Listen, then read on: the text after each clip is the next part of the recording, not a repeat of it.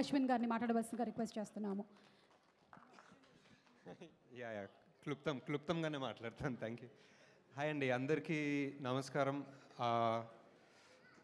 బ్రహ్మానందం సినిమాకి నన్ను పిలిచారు అండ్ ఇక్కడ రావడం అనేది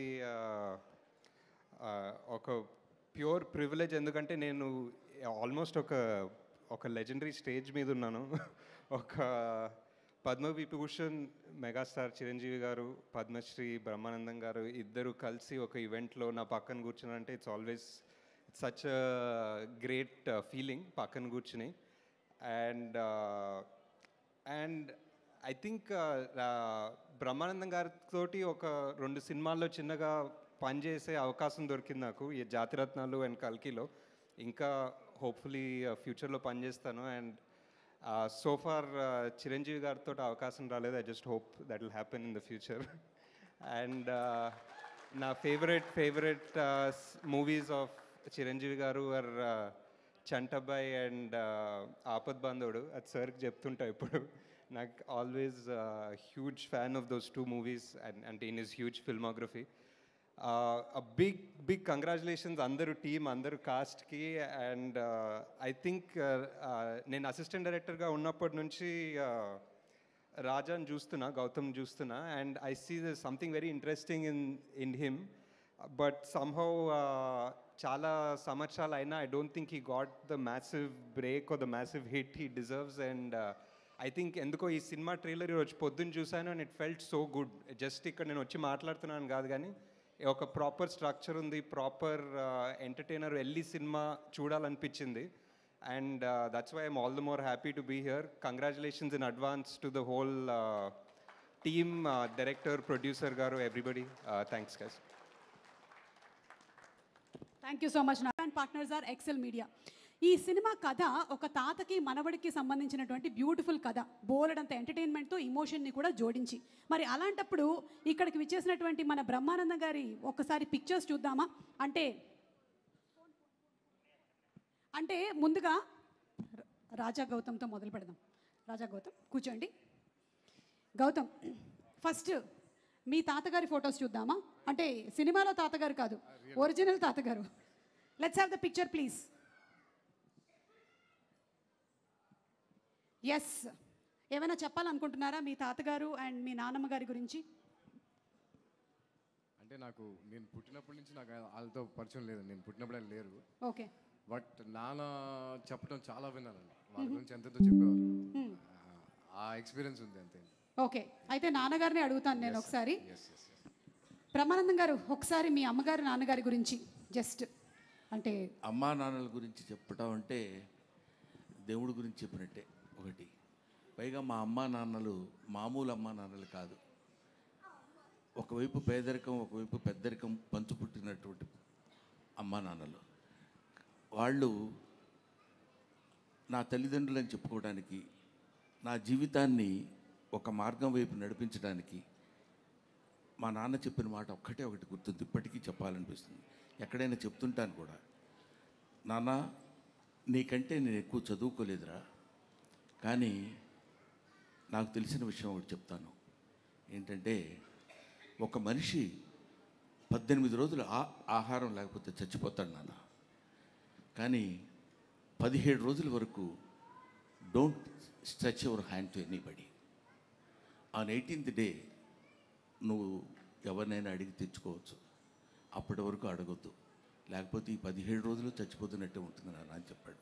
స్టిల్ ఇవాళ వరకు ఎవరు నా జీవితంలో లెక్చరర్గా చేసిన దగ్గర నుంచి ఇప్పటి వరకు నేను అప్పు చేసి కానీ, అప్పు ఎప్పుడు తీరుస్తారని ఎవరిని అడగటం కానీ నాకు తెలియదు.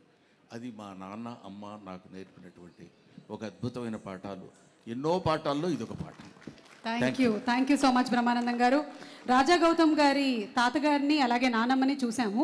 మరి ఇప్పుడు ఒక్కసారి మనము బ్రహ్మానందం గారి మనవడిని మనవరాల్ని చూద్దామా? ఒరిజినల్, సినిమాలో కాదు. ఎక్కడ పిక్చర్ ప్లీజ్.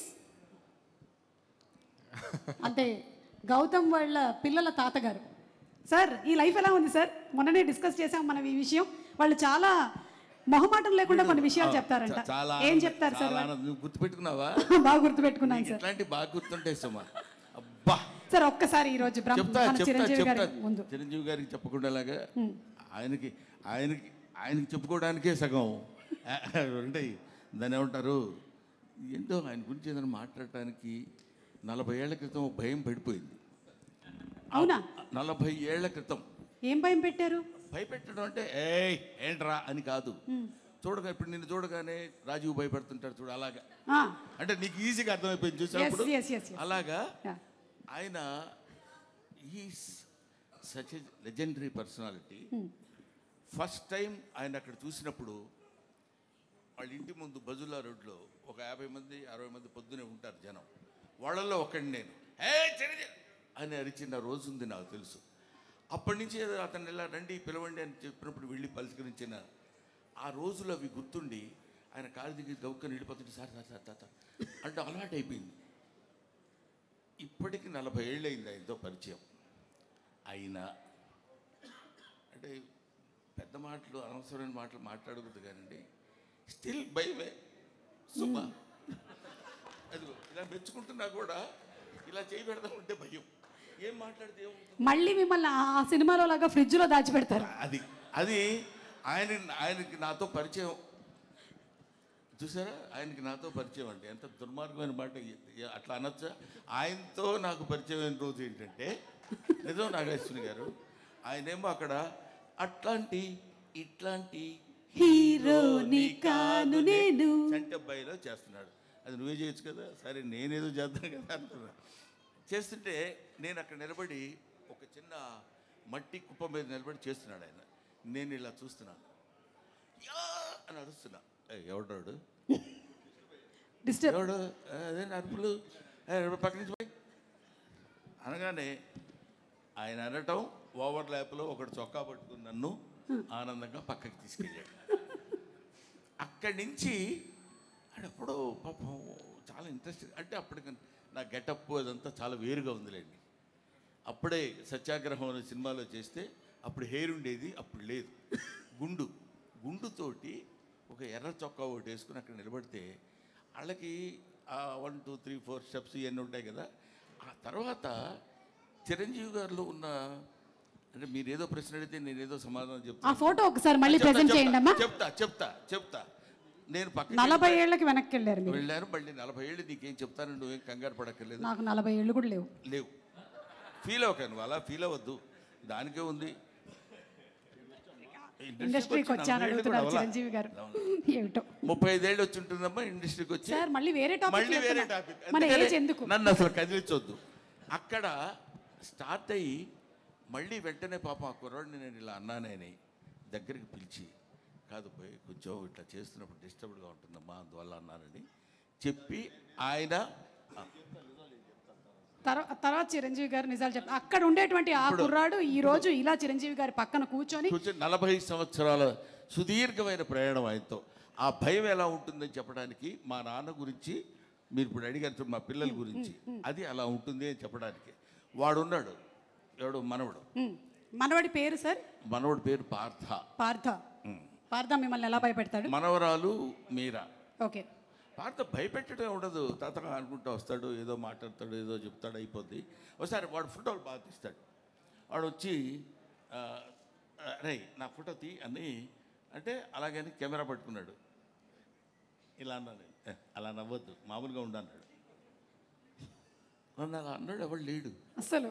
బ్రహ్మానందం గారు అంటే ఆనందంగా నవ్వుతారు, బ్రహ్మానందం గారు నవ్వు అంటాం కానీ నువ్వు నవ్వటం ఎందుకురా, నవ్వించన్నట్టు చిన్న ఎక్స్ప్రెషన్ ఇచ్చాడు. సరే, అది మనవడితోటి.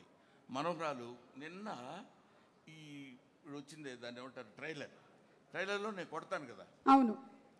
కొడుతున్నప్పుడు గప్ప పరిగెడు, ఎందుకు నాన్న తొత్తావు, ఎందుకు తొత్తావు అది గట్టిగా. అది దానికి 2 years, వాడికేమో 5 years. దట్ ఈస్ నా మనవరాలతో నాకున్నటువంటి. అసలు కన్నా వడ్డీ ముద్దని ఊరికే అనరు, అందుకనే అంటారనమాట.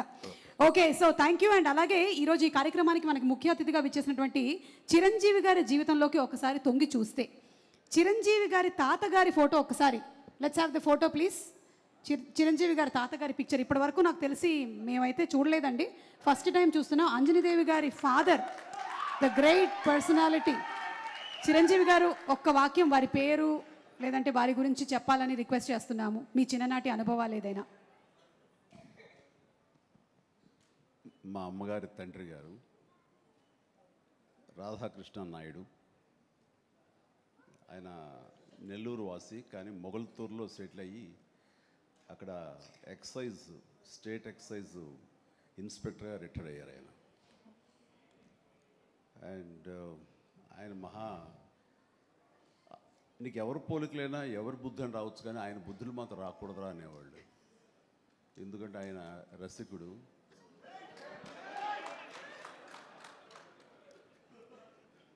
ఇద్దరు ఇంట్లో ఉండేవాళ్ళు, నాకు ఇద్దరు అమ్మమ్మలు. వీళ్ళిద్దరి మీద అలిగితే మూడో వ్యక్తి పాపం ఎవరో ఒక అన్నీ కోల్పోయిన ఒక వ్యక్తి అని జాలి కొలేది ఆవిడకి అతి దగ్గర అయ్యారు ఆయన. అలా మూడు మనకు తెలిసి 4-5 ఉన్నాయేమో మనకు తెలియదు. అందుకని నువ్వు ఈ ఫిలిం ఇండస్ట్రీకి వెళ్తున్నావు, అవకాశాలు ఎక్కువ ఉంటాయి, జాగ్రత్త, ఆయన మాత్రం ఆదర్శంగా తీసుకోవద్దు అన్నారు. నేను తీసుకోలేదమ్మా. చిరంజీవి గారి తాతగారి గురించి తెలుసుకోవడం మాత్రమే కాదు, ఆయన చాలా దాన ధర్మాలు చేస్తారు, మంచి బుద్ధి వచ్చింది, అది ఒక్కటి కొంచెం అందిపుచ్చుకున్నాను. ఓకే, అయితే ఇప్పుడు రామ్ చరణ్ గారి తాతగారిని ఒకసారి చూద్దాము. రామ్ చరణ్ గారి తాతగారు అంటే చిరంజీవి గారి తండ్రి గారు. Photo please.